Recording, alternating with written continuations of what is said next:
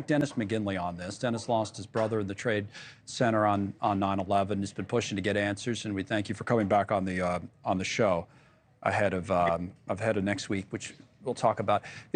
Big picture though, because I probably won't talk to you on 9/11 itself. I mean, last year I guess was 25, right? So a lot of people talked about it. What do you think about I mean, for me it's always a day. I mean, it's gonna be interesting that it's after a debate. I mean, I'm from New York and I covered it. I was down there for months after. It's always a day to kind of pause and reflect. But you lost somebody. What should people be thinking about all these years later?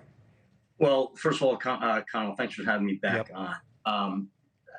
What I want to bring to everyone's attention and what they should be thinking about here 23 years later.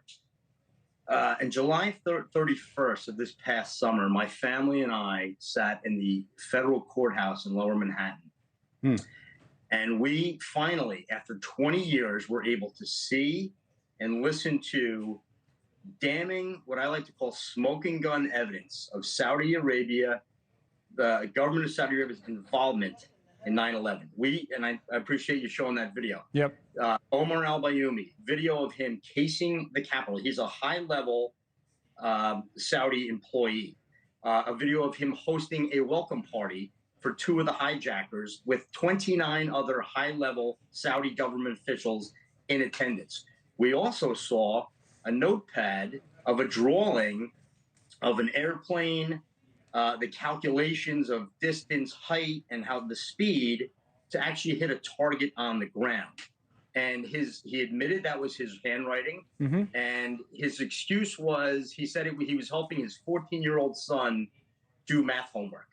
Now, what's important is this evidence, we didn't even get it from our own government. We had to get it from British intelligence.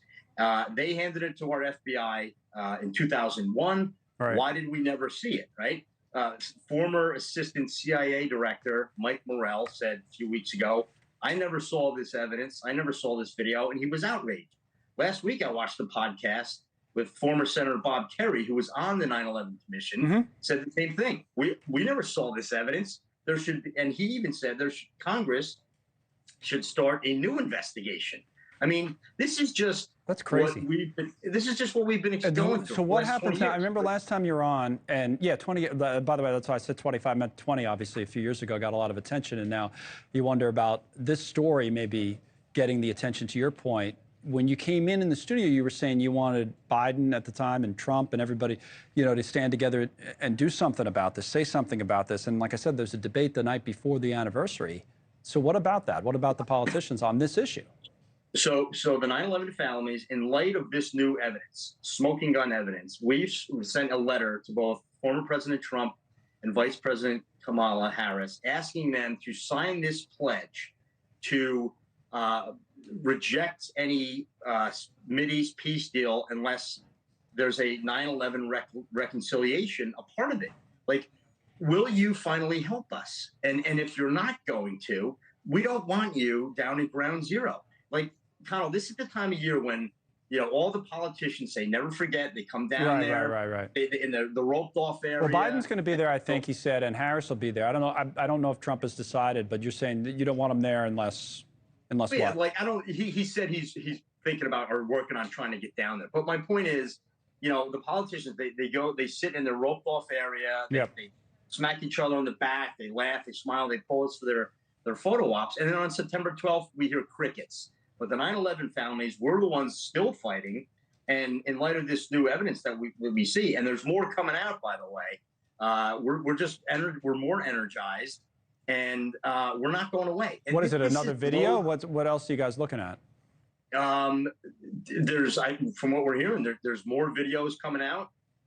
There's a lot. The British intelligence, apparently, from what we're hearing, got a boatload of evidence. And why we haven't seen it, why this assistant CIA director never saw it, why the 9/11 Commission never saw it, I don't know. That's above my pay grade. But this is low-hanging fruit, man. This is easy. If you want to be a hero, or a presidential candidate, there's nothing more patriotic than helping the 9/11 families finally get closure, accountability, justice, especially when there's that when we now with like it's 100, but we know who was Yeah. responsible. At least ask the questions, at least have a hearing, at least, you know, at least Yeah, respond, right? Some, I mean, no one's treated like more unfairly or grieves more, or is more in more in pain than the 9/11 community. We have the more first responders have died than were killed that day, and in fact, they're I averaging know. 3 a month.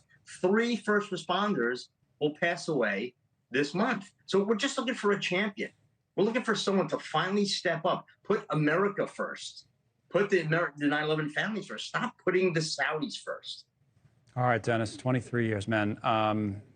We'll be thinking about you next week, and you like you said, you guys are fighting, and you're fighting for your brother's memory, and we'll stay on this. Let us know if you hear anything else, if there's any more information.